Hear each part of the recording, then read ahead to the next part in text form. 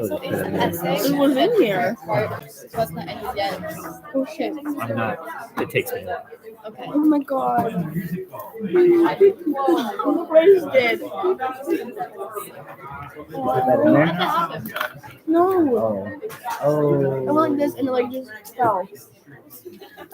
Sad. Darn. Go to like Emerson. At least it's not super bright. Oh, what's her name has a Attendance type sheet coming around. Wholesome. Oh my gosh. I literally went up outside and told myself I wasn't gonna stay in it. This slide here represents the universe of unit number 2. Of course, it'll be on the webpage. Maybe get Mr. Camera out and take a photo of it because it's got due dates. Yeah, one of those is there's no school, but so what? No, but we have Yes. November 27th. Whenever you're going. I did this too. Wednesday. The exam, that's the week after Thanksgiving. Okay, but the 30th will be on this. I don't know. No way. Oh, yeah. The exams for Unit 2 are the week after Thanksgiving. Sorry. Tough luck. Nothing really I can do about that. So you'll notice that the first Kia is due this Friday, and each following Friday, one Kia is due until we start hitting the latter part, and then 2 Kias start being due. They're all available. You can get them all done tonight if you wanted. Wow. But you could. That is within the realm of possibility. Also out there still is, this is more for Lindy than for me, but a basic outline for your Lexington paper based on that handout that you should all have. You need to develop a theory of who you think shot first and base it on 3 of the 5 criteria. And if right now you have no idea what I'm talking about, you should look at that handout again, because this gives you possible reasons why you would go with one over the other. Why do you think, if you think the Americans shot first? Well, why? Well, there are 5 possible ones. You are supposed to pick 3 of the 5, and then have an intro and a conclusion. That makes a 5-paragraph paper, which is what this is. It's a 5-paragraph paper. So if you haven't yet, you should look at step 3 and really look at it. Really look at that thing. Okay, that's due Friday. I don't know if Lindy's making it points or not. I don't know. And then by the 2nd. This Friday. That's right, this Friday. And then eventually the actual paper is due. Down to the next bullet here, it says doc analysis for essay number 2 due 10/16. That's tomorrow. So I'm giving you the new documents for the next essay, which you will not quote from. And yes, some of you quoted in your first essay. It's amazing how many times I told you not to quote, and it wasn't enough. It's my fault. That, you know what I meant. So I apologize to you, those of you who quoted. Sorry I didn't tell you enough not to quote. But don't do it again. Don't do it again. Okay. So you will get these documents, and I will be breaking, and I will be assigning a document per individual rather than have all of you read all 6. There are 6 documents. I'm going to have each one of you read 1 and really read it and try and figure it out. This is our tasked with a greater responsibility for the successful writing of your essay. For the first one, I found everything and did not require you to find anything additional, no quotes. But now we're in the second one, and now I'm giving you a little bit more. So you need to find a quote. A quote.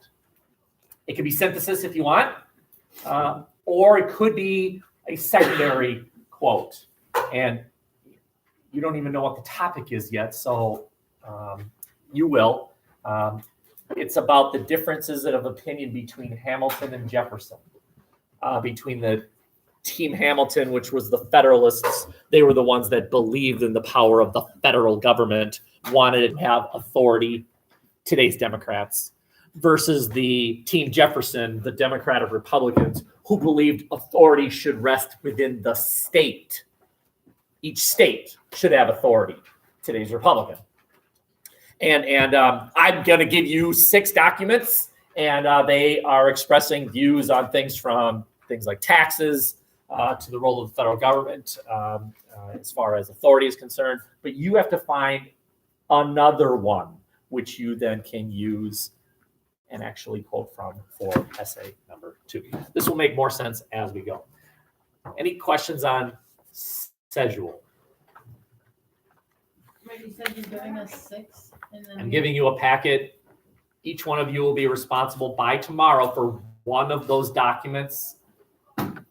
In addition, you also all will be finding your own quote. And I will help you as far as the successful finding of a good quote from a vetted, credible source. What is that source? SIRS is an option, but since you're all U of M students, you all have access to the U of M library, which is millions and millions of documents. I'm not even exaggerating. You have access to that library. Okay, any other questions? Let's attack some content first, and then I will, you should have some time. You didn't. You marked that one. What would you say? That's what I did.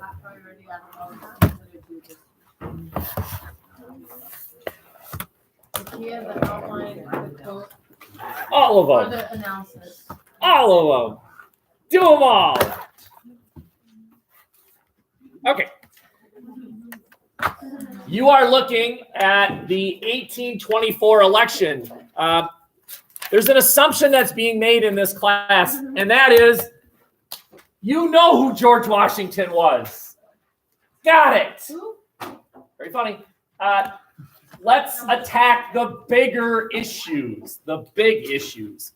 And what we're attacking now are social changes, how America changed as far as a nation. Somewhere between when we became an independent nation, that's 1783, and about here, which is the mid-1820s. The first presidential election was in 1789, but we became a nation in 1783. So who was president from 1783 to the first election in 1789? No, he was first elected in 1789. Who is actually the first president? We don't know. Yes, very good. That's right. Most Americans wouldn't even know this. The first election was in 1789. He was, of course, reelected in 1792. And then John Adams wins in 1796, and then Jefferson wins in 1800 and reelected in 1804. But wait, we became a nation in 1783. So 6 years of what? Find out. Come back tomorrow, share your wisdom, and I'll give you. Why are you throwing things, Ben? I have no clue. Really? Yeah. Find out and share with the class, and I'll give you more than credit because the extra credit isn't allowed in here. Ding! Okay. This is the 1824 election, and usually election maps in this class will be 2 colors. A color for the Republicans and a color for the Democrats. But this one is messed up. We got green, we got pinkish, blue, brown, rust-colored. What the crap? And that is because this was a very strange election in that there were no parties. There were no political parties in this election. The Federalist Party that had existed for a brief moment crumbled and died and went away, leaving only one party. And when you have only one party, Why bother? Right? Like, how many of you are Spartans? You're Spartans, right? Now I want you to introduce yourself. I'm going to call on you, and I want you to stand up and introduce yourself and tell us what school you go to. All right, you with the face. Go ahead, stand up. Tell us your name and what school you go to. He goes to Somerset. And if I repeat, you can say, and if I repeated this after a while, somebody might say, like, why are you asking what school we all go to? We go to the same school. This one. By the way, you're wrong. You go to the University of Minnesota. You actually got it wrong. Okay. If there's only one party, why bother saying what party? It's the only one. How many of you breathe air? I want you to stand up and say what kind of gas you breathe. Why? We all breathe the same air. Okay. 4 candidates were running for president at this time. Mr. J.Q. Adams, something named Jackson, something named Crawford, and something named Clay. Do you need to know those 4 people? I'm not sure, but sure, why not? John Quincy Adams, Andrew Jackson, Henry Crawford, and Henry Clay. The more important thing here, what I'm trying to get across to you poorly, is this. Let's try an experiment. Let's all assume you are all old enough, and let's stand up. Go ahead, stand up. Everyone stand. Everyone stand. Let's try this little experiment. We're going to find out which one of you could have voted in the 1824 election. As I say, a group that you are part of, sit. You are ineligible. Girls. Okay. Anyone in here not white? Got you there. Okay. And does anyone in here not own land? And that should take care of the rest of you. You do not own land. No, you don't. You do not own land. In this room, assuming we are all old enough, I would have been the only person allowed to vote in 1824 because there were 3 requirements. You had to be male, you had to be white, and you had to own property. No age. Assuming age. Like no age limit. No, he's saying assuming the age. Everyone there were age, but that was always the case. The 3 things that made it unique: white, male, property owners. He's just assuming that we're all old enough, because none of us are old enough, so otherwise we wouldn't work it out. Yes, there was an age requirement, but that's still true. Okay. No, I don't. Each state gets to determine their own rules. Right? Okay. Now, try and look at this pie chart here. I want to know, just give me the color of the individual that won a majority. This pie chart here is the popular vote. Who won a majority of the popular vote by color? Sint? By color. Green. Team Green. Team Green wins a majority. That happens to be Andrew Jackson. Raise your hand if you agree with what he just said. That Mr. Jackson won a majority of the popular vote. Nice and high so we can all see how many people just got it wrong. Would someone else like to give it a shot? Who won a majority of the popular vote? Not you. Mr. John Quincy Adams, Team Pink, which is smaller than... No one! No one won a majority of the popular vote. Majority is 1 over half. Nobody won 1 over half. Nobody won a majority. Now, Team Green is the single biggest piece of pie, but that is not a majority. That is a plurality. Know the difference between majority and plurality. This means that no one wins the presidency. Okay? This is the electoral vote. Who wins a majority of the electoral vote? Get it right. No one! No one wins a majority of the electoral vote. If no one wins a majority of the electoral vote, who becomes president? Whoever has the most? No, that's not true. Does anyone know the answer? If no one wins a majority of the electoral vote, what? They revote? No. It goes to the House of Representatives, where each state, no matter how populous, gets one vote. So California, with 54 million people, gets one vote, and Wyoming, with slightly over 600,000, gets one vote. That's how they determine if no one wins a majority of the electoral vote, each state gets one vote, and whoever wins a majority of that becomes the president. 4 years later, so you'll notice this is 1824, and now we are in 1828. We no longer have multiple colors. We have two. And that is because of the development of two new political parties.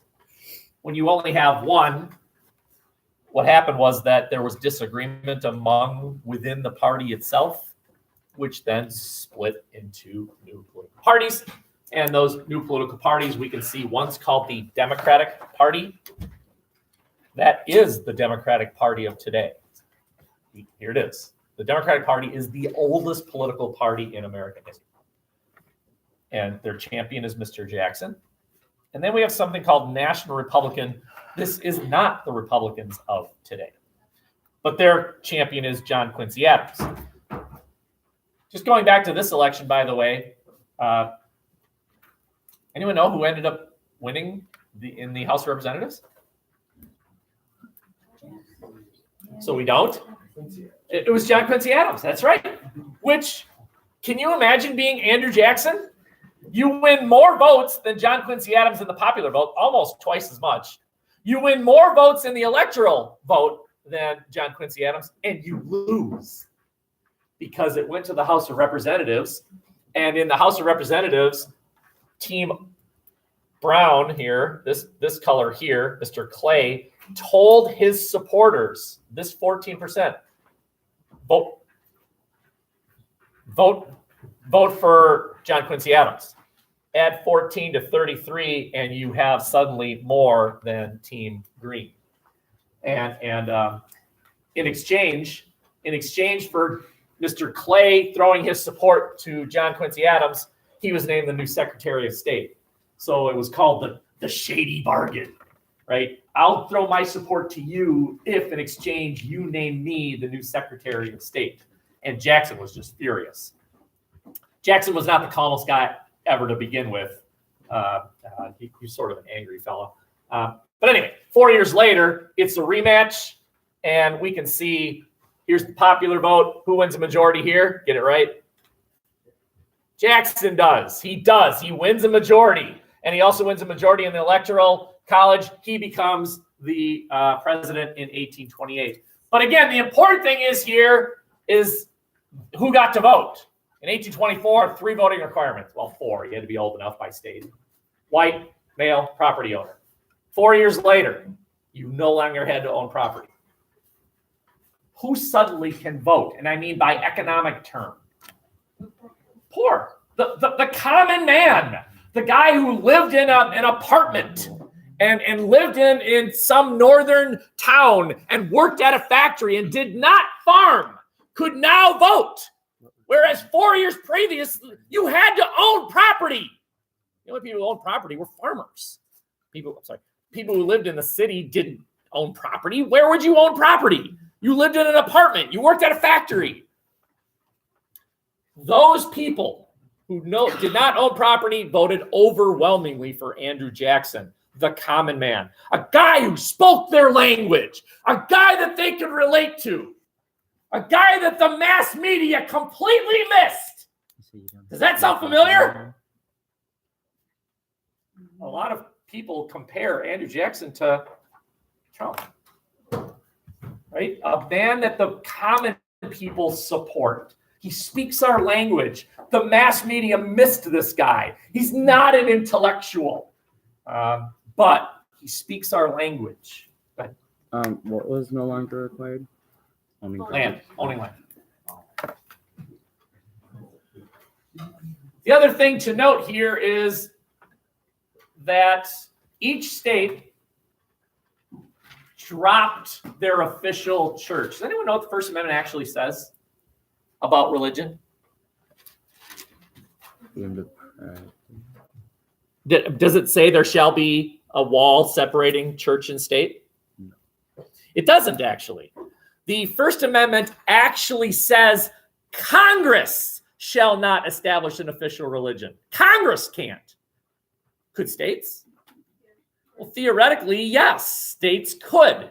This is one of the ironies. What happens is that there are people today who say we should read the Constitution exactly as it's said, but they don't mean it. Because what the Constitution actually says is Congress cannot establish religion. It says nothing about states. So presumably, states could establish an official religion and would not violate the Constitution. However, this is a big idea. Get this big idea, everyone. There's what the words to the Constitution say, and then there are Supreme Court rulings that have been going on since we were born as a nation, right up through today. Anytime the Supreme Court makes a ruling, listen, this is the big idea. Anytime the Supreme Court makes a ruling, that ruling becomes the Constitution. So sometime, at some point, a Supreme Court ruling said, there shall be no established religion, period. Even though the Constitution itself says Congress, a Supreme Court ruling expanded that to mean there can be no official religion at all. Nobody can make an official religion, even though the words don't say that. Right? This is known as the elasticity of the Constitution. The Constitution can be stretched and changed and kind of pulled and twisted to mean what we now want it to mean. Okay, big idea. All states by 1828 abolished any official state church. No longer would you have to pay taxes and go to a church. All states had eliminated an official church. So we are becoming more, well, less religious. Anyone know what that word is? We're becoming more, well, atheist is a bit too specific. We're becoming more secular. Secular is the term. Secular. Again, think about what's going on in feudal Europe at this time.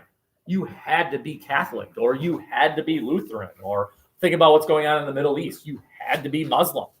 But here, we're becoming less linked to a specific official religion. Remember now, I'm saying official religion.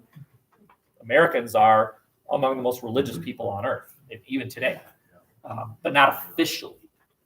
Okay, questions here? Let's keep going. I believe, no, this is not the first time we've referenced slavery. We were talking about the Middle Passage and all that, but we need to understand how slavery impacted the Constitution. So they wrote this Constitution, and it was ratified in 1787. We became a nation in 1783. The Constitution did not become a thing until 1787. So what existed until then? I mean, that means we were running for 4 years without the Constitution. How did we know what to do? So not only am I charging you with the responsibility of knowing who led our nation before the first election, but what was the governing document? If their Constitution didn't become a thing until 1787, but we became a nation in 1783, that's 4 years of what? That's right. Something called the Articles of Confederation. She's exactly right. So that was the document, the Articles of Confederation. That was the document that determined who the leader was for those brief number of years. Okay. In 1774, this is before we were even a nation. In 1774, the first Continental Congress. Remember the first Continental Congress? It said, look, when we win our independence, if we win our independence, no more slave trade. No more slave trade. Tyler, did you hear what I said? No more slave trade. Tyler, true or false? the next word out of your mouth is either the word true or the word false. True or false? The First Continental Congress desired the end of slavery. And he got it wrong. It's false. Not the end of slavery, the end of the slave trade.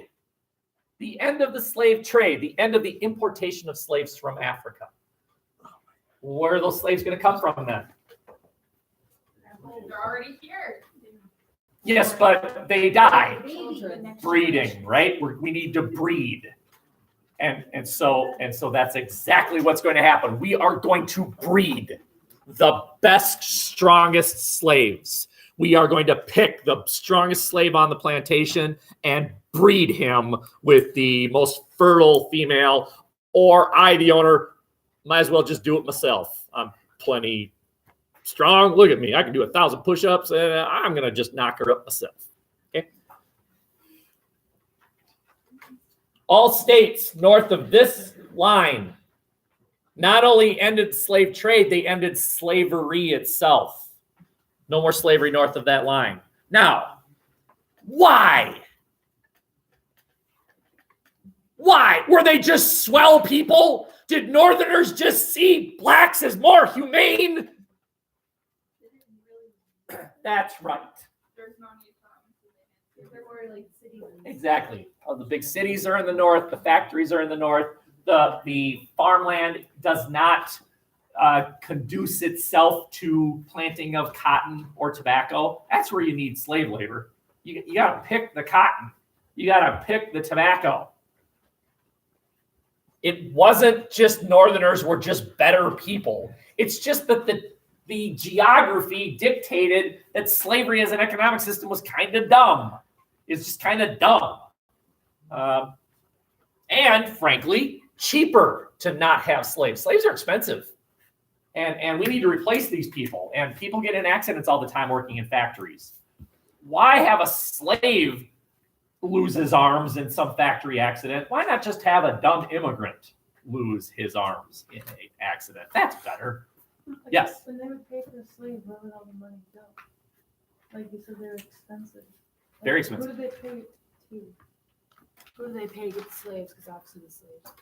Well, once the slave trade has been eliminated, you are now breeding them here, right? At auction. You'd sell slave babies. Oh, absolutely. You would have auctions. The breeding of slaves. Think about, I hate to be gross here, but think about those of you who raise puppies. It's the same thing. You want to buy that cute little St. Bernard, who do you pay? The owner of the St. Bernard. That's breeding the thing, right? If you are now starting to think of slavery as like, ew, good. That's exactly what's going on. Yeah. A couple other issues that exist here. The idea that is being pushed at this time is something called civic virtue. And I have an example here that is Dr. Martin Luther King. He's an excellent example of something called civic virtue. And it goes something like this. We are going to be a model society, and that is because we are going to educate everyone. Everyone is going to be educated. You will learn to give back to the common good of the nation. We'll have an educated populace who will know what the right thing to do is and will prosper as a nation, the common good. And as an example, Martin Luther King, right? This idea of the public good. Another big idea at this time was called Republican motherhood. And we have Mr. White Guy here with the great hat. Look, kitten, I don't give a damn what you think. If I say I'm a feminist, then by God, I am one. It has nothing to do with it. I just liked it. Republican motherhood goes like this. How are we going to raise Martin Luther King? Who's going to do that? Who's going to raise that kid? Girls are. You girls. You are the moral fiber of the nation. We men, we drink, we smoke, we cheat on you, we go to bars. It's in our nature. But you women will stay at home and you will raise those kids to be good people. For the good of the republic, you shall be mothers. You see, your place is at home. But are you contributing to the common good of the country? Yes, you are, in your own way, by raising future leaders. Right? You're not only the mother of your family, you're the mothers of the nation. Mothers of the republic. Okay, so big ideas here. You'll note, what we've done so far is looked at how the nation went through some pretty big changes. No longer did you have to own property to vote, which brought a whole new group of people into the political spectrum. The elimination of the slave trade, the elimination of slavery itself in the North, the idea that we need to contribute to the success of the nation as a whole with civic virtue and Republican motherhood. These are big ideas at the time. Okay. One slide left. What does that croissants? Cross currents. Cross currents. When the U.S. became a nation, we became part of what we today call globalization. We traded with other nations. We were not isolationists. We traded with other nations. So there was an economic relationship here. We were part of a worldwide system of trade. We supplied cotton. At this time, we supplied something like 90% of the world's cotton. Right? So we dominated the cotton trade for a while. This is sort of an interesting chart, nothing for you to necessarily write down, but this represents debt of the nation. Up till this point is when there was no such thing as this thing called the income tax. And you'll notice that debts were relatively low. And then when the United States government introduced this thing called the income tax, which was introduced during the American Civil War, our debts suddenly skyrocketed. Whereas today, this is percent of GNP, we are still right about, we have a larger debt today than the total value of everything that we produce as a nation in any one given year. Our debt today is over 100% of our GNP, which is our gross national product. And if you're sitting there listening like, I don't know what he's talking about, just understand that we are heavily in debt, and we've been heavily in debt ever since we started collecting income taxes. And I'm standing here like, that doesn't make any sense. Why would we go higher in debt if we started collecting more in income taxes?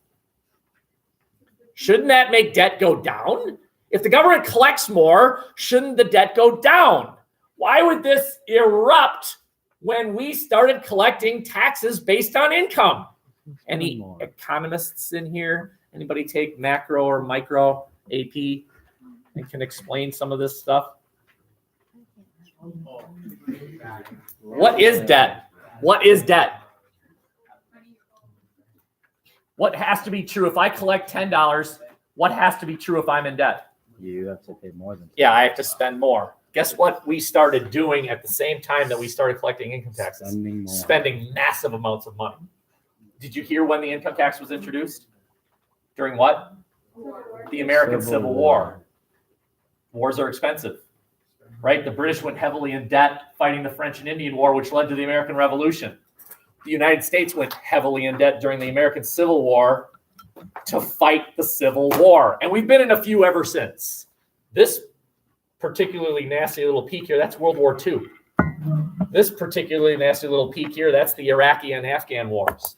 We go into debt during wars. And later on in this class, you'll discover a big idea, and that is, since World War II, we're always at war. We are a wartime economy. We're always at war. And here's another thing to keep in mind here. We'll revisit this periodically through the class, and that is this. It is during a war that your rights are curtailed. It is during a war that people are arrested for protesting or expressing their views. It's during a war when the nation says, look, we like your freedom of speech and all that, but not now. Not now. So we're going to have to arrest you, Japanese, during World War II. And we're going to have to shut down you Vietnam protesters. If we're always at war, that means we're always in debt. And that means the government seems to always have power over your rights. That's a big idea. Okay, we'll have to revisit that one. Okay. Any questions? The point of this chart here is two things. One, we were part of a bigger thing economically, and two, we would be heavily in debt. And it is still true. Okay, that's it for that. You gonna document this? Good news. I'm going to expand Arts and Crafts by 4 hours today. No, good news is that everybody in here, everyone has turned in their permission slip and $10. Some of your dads took care of it. Nathan? Yeah. So that's fine. So remember the bus is rolling Wednesday, 7:45. 7:45. I know it says 7:35. So get here at 7:30. Wait, Wednesday?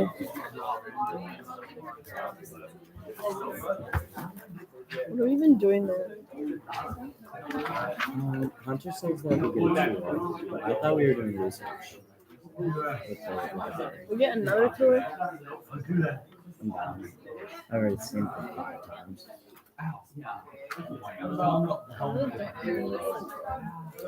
Maybe tell Brooke to meet up with us.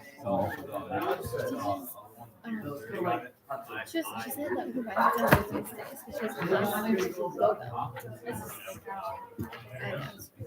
You will notice that the documents this time are a wee bit longer than the previous documents.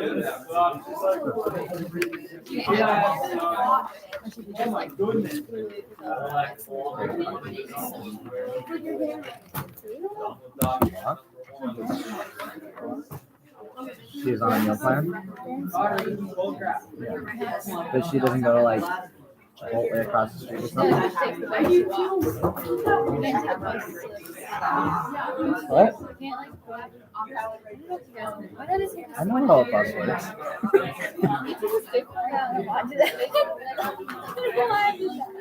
Ask for a new one. She took out the stapler, so.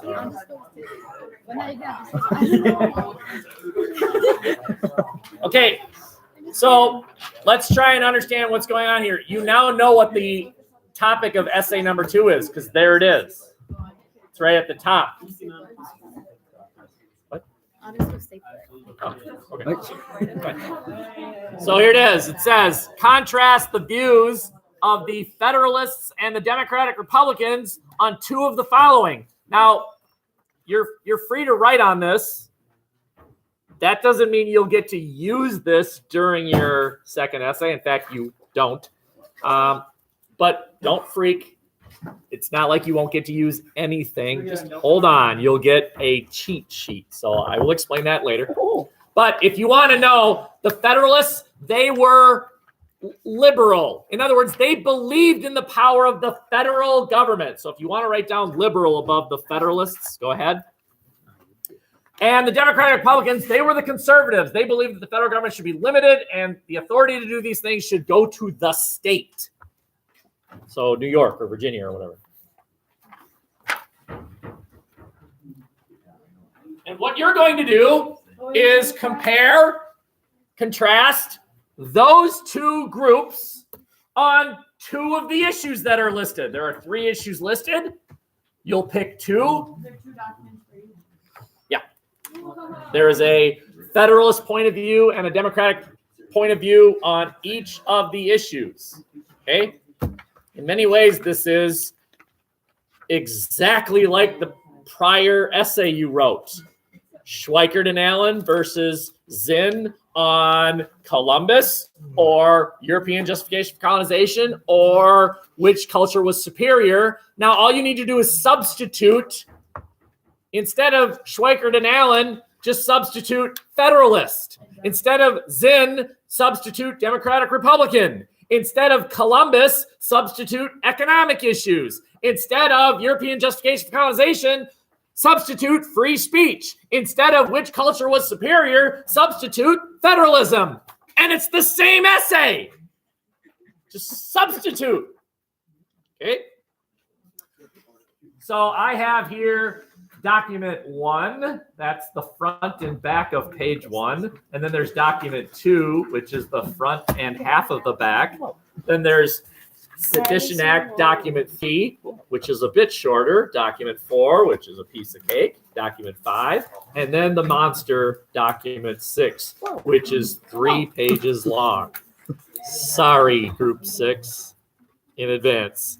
1, 2, 3, 4, 5, 6. All right. Wait, why'd you do that? I believe in Liv. 1, He knows that 2, 3, I got 3. 4, 5, 6. Can we switch with people? Oh. 6, I don't know. Don't switch. 5, I'm 4, glad you believe 3, Taking out 2, staples. Yeah, I would know. 1, 6, 5, 6,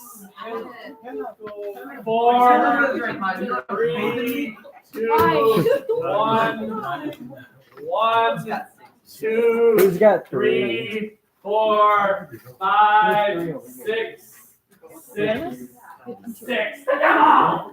5. I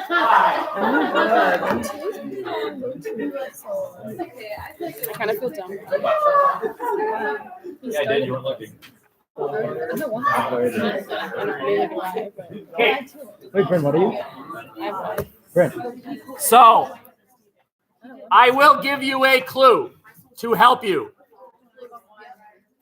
If it is from Hamilton, he was a Federalist. The Federalists believed in the authority of the federal government.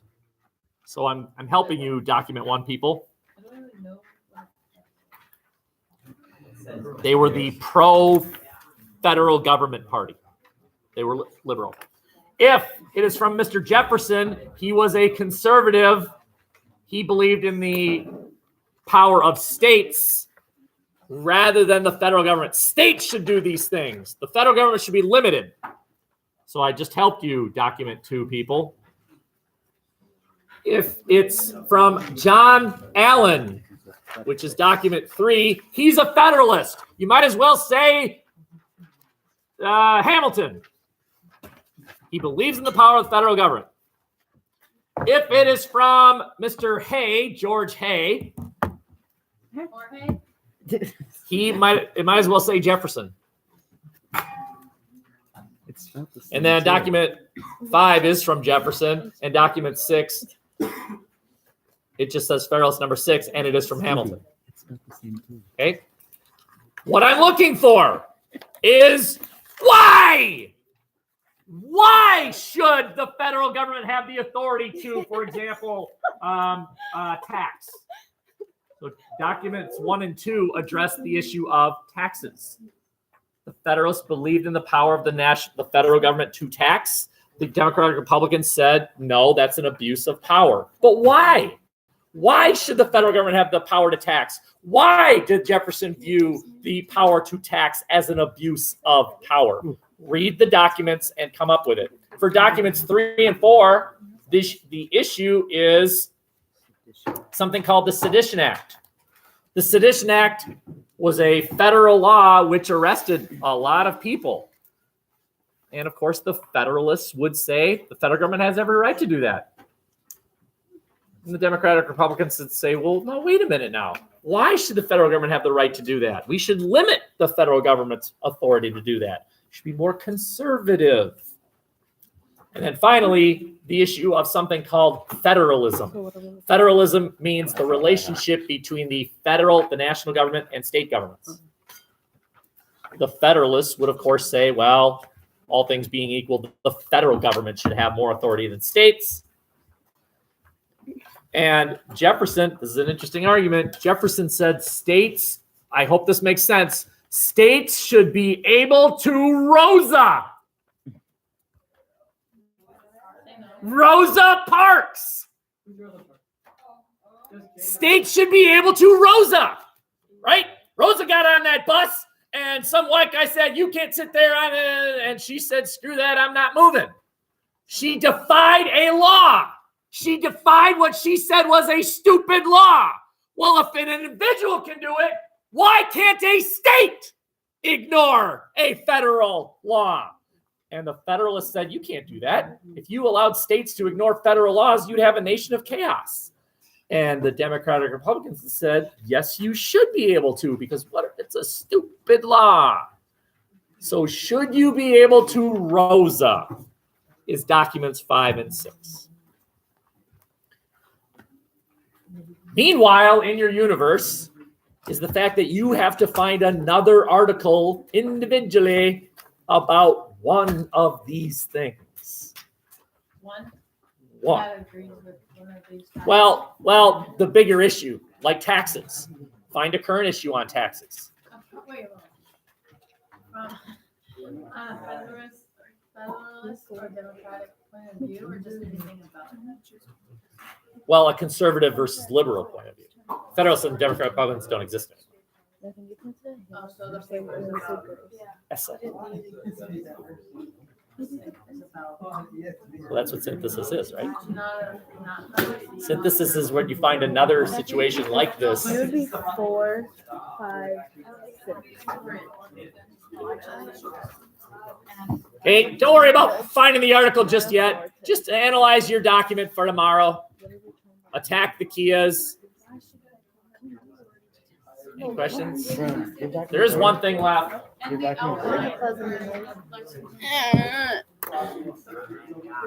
These people, I don't know if you're done with the essay or not because you never gave them to me. So, Logan, are you done? You're not done with the essay? You're doing it today. Okay. How about Caitlin Casperson? Okay. Kayla Herta. Are you done? You're not done. Michaela Cheney? You're done. Okay. How about Mason Cook? No. You're not done. Chandra? You're done. And Jody Camp? Done. Okay. So at the U of M, does this happen? Okay, you have the rest of the hour to, I would start analyzing. And by the way, find a fellow number in here and analyze together. Go ahead. Does at the U of M, is that a thing? Done, not done? I think Eve is too. By the end of the class, you have to have it done. What?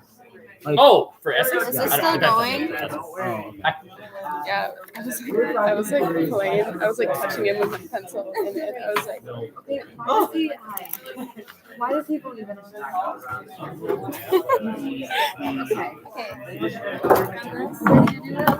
yeah. Yeah, all I know is that it's liberal. Yep. I know that's it. Hey, that's question. Okay, I'm gonna go with this. This is from. Are you moving? I'm not moving. Okay, then I'll move. What? In the review class, talk about some analysis. Yeah, We have to do a document. let's go sit by Eve. Well, that's okay. Read it and understand what it's saying.